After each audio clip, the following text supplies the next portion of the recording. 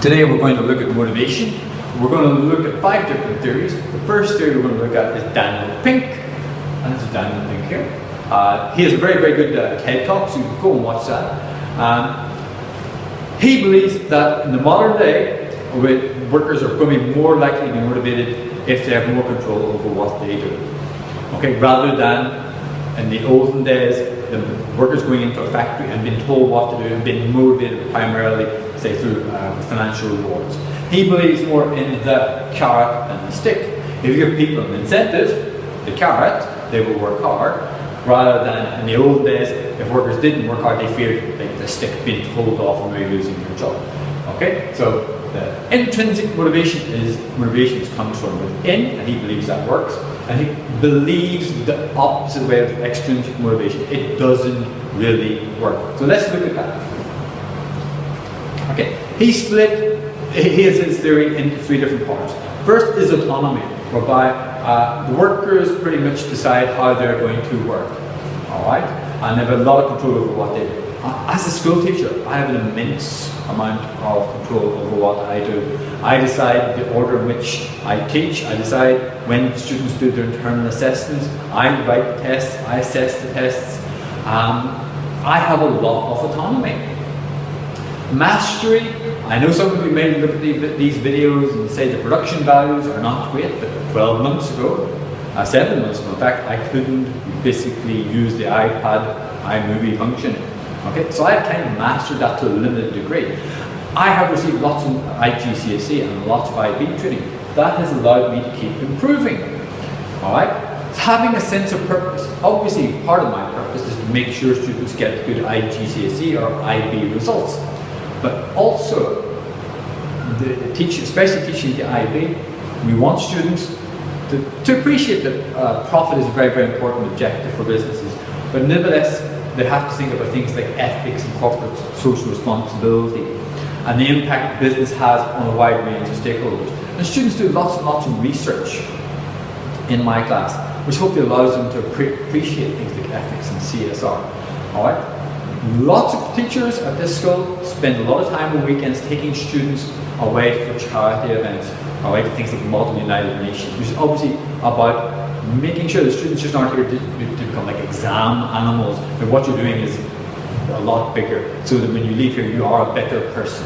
So for a lot of those teachers, especially taking people away to charities and what have you, part of their purpose would be not just exam based, but also trying to make this help others in society.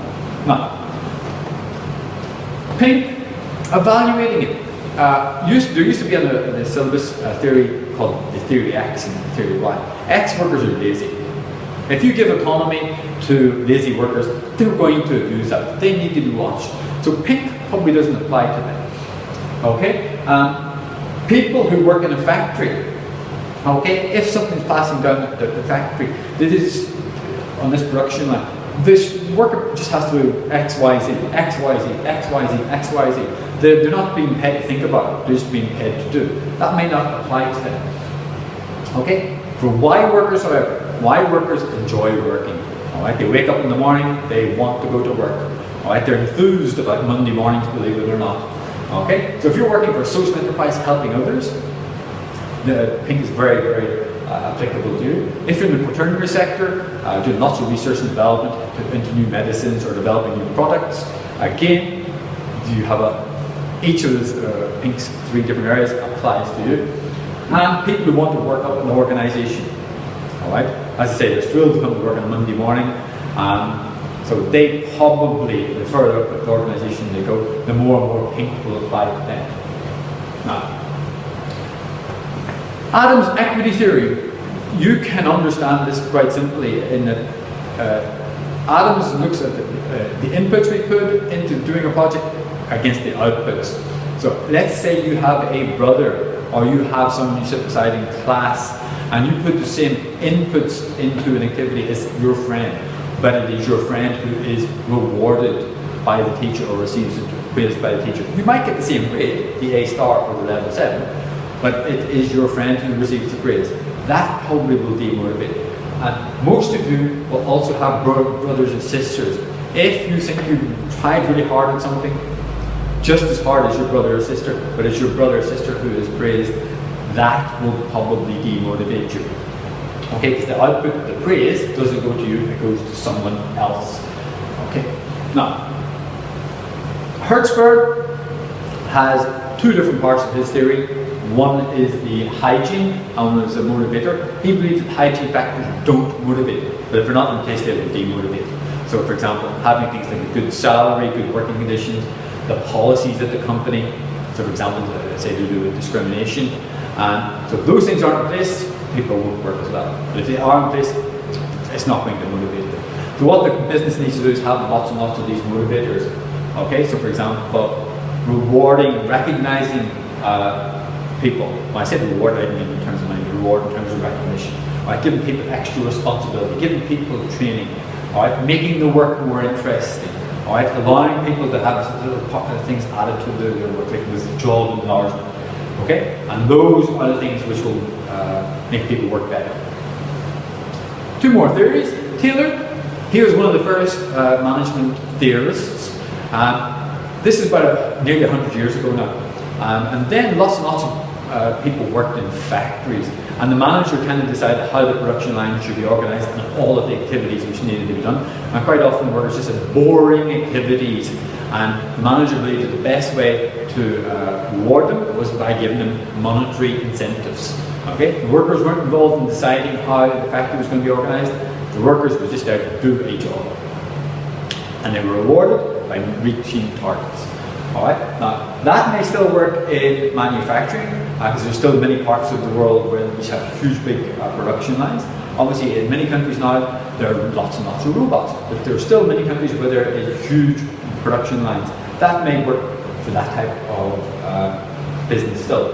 But it may not work in the service industry or the quaternary sector. How, for example, do you work out